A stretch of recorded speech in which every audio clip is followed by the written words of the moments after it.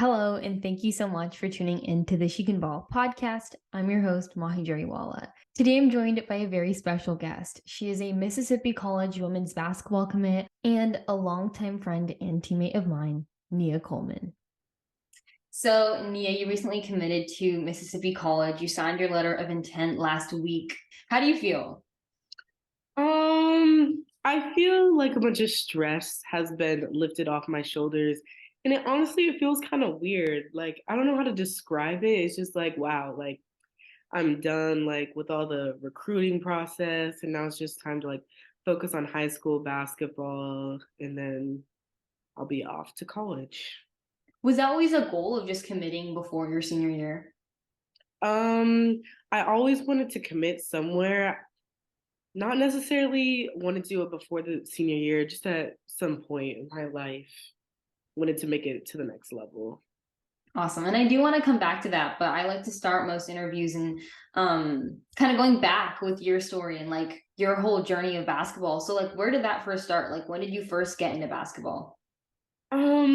So I started playing in about first grade, and that was in like the little like kids league where it was mixed with boys and girls. And then in third grade, we were at a tournament, and then Coach Ken, my AAU coach for the Mhm. King Huskies, he was handing out flyers to join his team. And so like he watched me play, and then we were walking out the door, and he chased us down and asked us to join. And so that's how that started. And we started as KM Huskies. Then we went on to be XBA and then Golden City and then Team Kid. And yeah. And like when did like was it just like when you met Coach Ken that like basketball started to get really serious for you? Or when did you realize like, oh, this is something I'm really good at and could take me really far? So actually it was because at the time I was playing both soccer and basketball. It was around like fourth grade. My mom made me choose one. And I was like, well, I see myself going farther in basketball, especially with Coach Ken. That's what I said. I was like, Coach Ken could probably take me farther in basketball than whoever was coaching me at the time in soccer. And so I was like, I'll continue with basketball and, quit soccer. What like role do you think Coach Ken kind of played in your developmental career? Um, I think that he was almost like a second dad in the fact that we're like he basically knew me my whole life, and he's the reason why I'm so good because I've trained with him, and like all the skills that I now have are because of him because he taught me, between the legs, keep your eyes up. It was training day and night and all the crazy conditioning stuff. Yeah. And then like what was sort of that transition like into high school basketball? It was different because well, at the time we're doing like a lot of conditioning and I wasn't point guard actually. I started off as like power forward, small forward. And so like in high school I kind of like we didn't really have a point guard. I just felt the need like I was like, okay, I feel like I can better like control stuff and like do that. So I took like a leadership role in that way where as in before high school I wasn't really in a leadership role. It's kind of like a background character. So I think that's how it changed. It really like stepped up my leadership. But like how do you think that you were able to adjust not only like playing at like a higher level and then also taking on a leadership role? Um, I think the adjustment came from like it was like a small adjustment I had to make because even in eighth grade or let's say seventh grade, because that's when I was playing with older people. So I was used to like the pressure and playing against people who are like high school students who are playing varsity as a when I was in seventh grade. So I think that it was just remembering like, oh, I've been here before. This is the same thing. And just having that mindset is I've been there, I've done that. It's the same thing and I can still do it.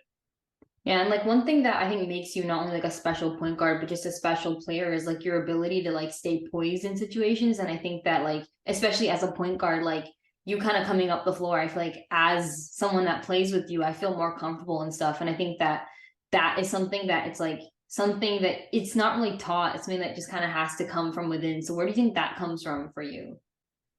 It comes from my confidence because I remember I used to get yelled at all the time for making mistakes.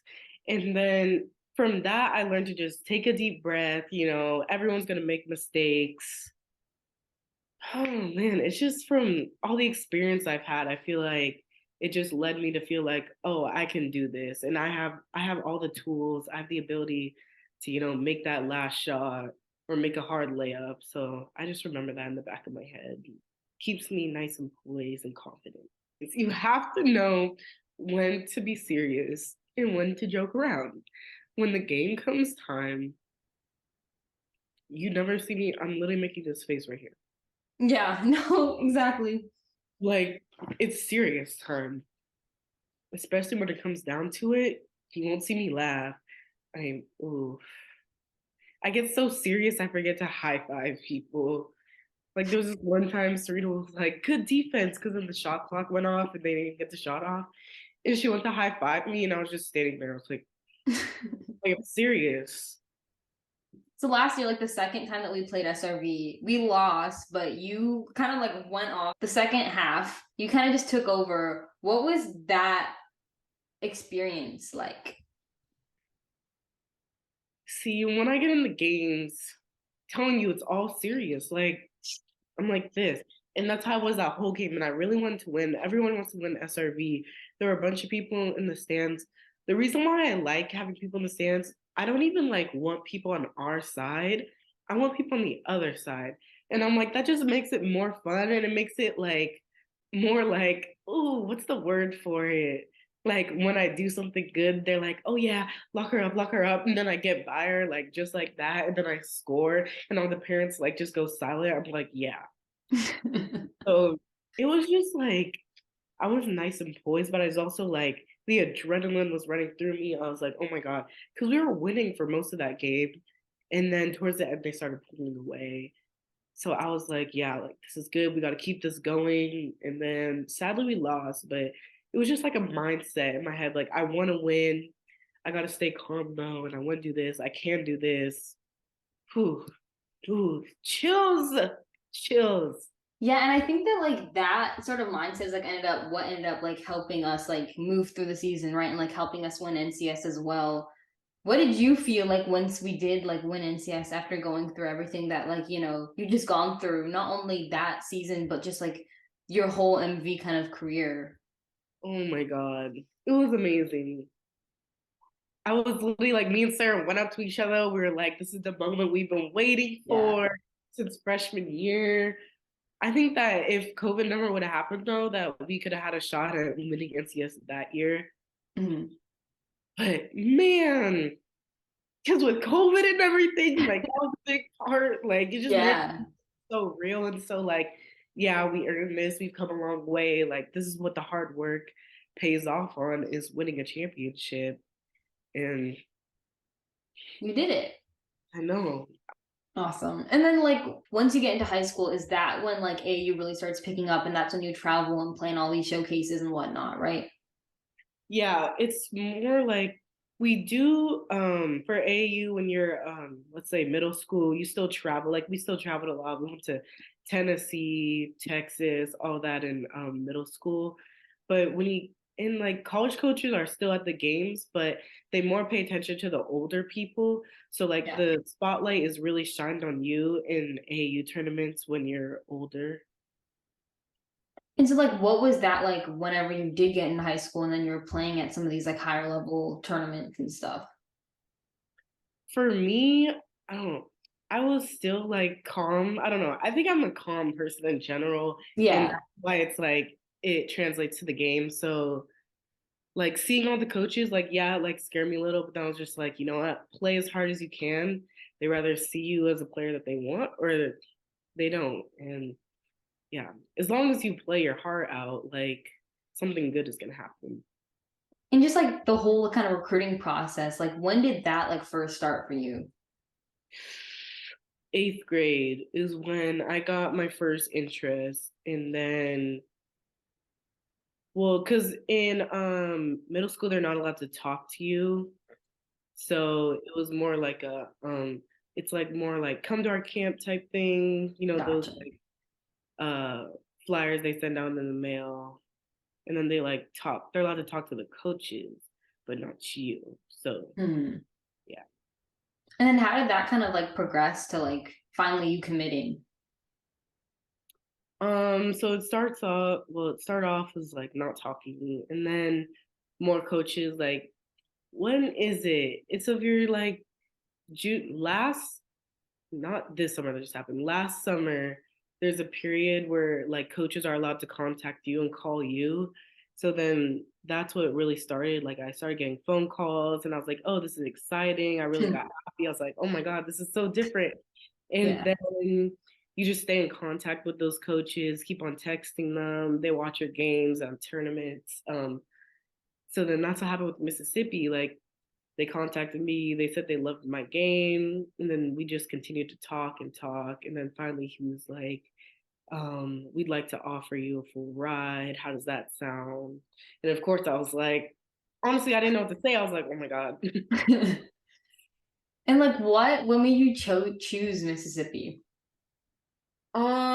Well, see, in this circumstance, I really love the coaching staff, and I visited there before I committed, and I really like the school, especially it's a smaller school, which I like because not just the basketball aspect, because you have to remember you're a student athlete, so student comes first. So think about academics, like it's a really high ranked academic school, and I brought up it's smaller because the professors, when you're at a big a big school, professors don't really help you out a lot. So I was like, this is a good opportunity to succeed in school as well as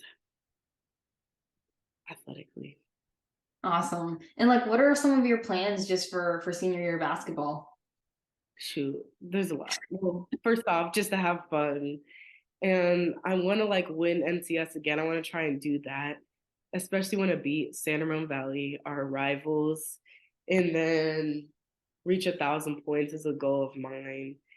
And I just plan to get the people around me better so that for next year, you're going to be a senior. You're going to have to like step up to that role of being a leader. So I want to get everyone involved in game scenarios. Yeah, you talk about being a leader, and I think that you do that really great for our team. What do you think goes into just being a good leader? Being a good leader, you have to understand that people are going to make mistakes. Like, you can't get down on your teammates, which I see like some people do a lot. They'll like yell at them, which sometimes is good, like good criticism. But then sometimes you just gotta like, all right, they're gonna get it. Cause everyone makes mistakes. You're not gonna get something right away. Like you're supposed to make mistakes. So I think being patient and calm, and also though using your voice like on the court, off the court, picking up your teammates, that type of thing. Awesome. Well, thank you so much for coming on. I appreciate it. Yep, of course, anytime.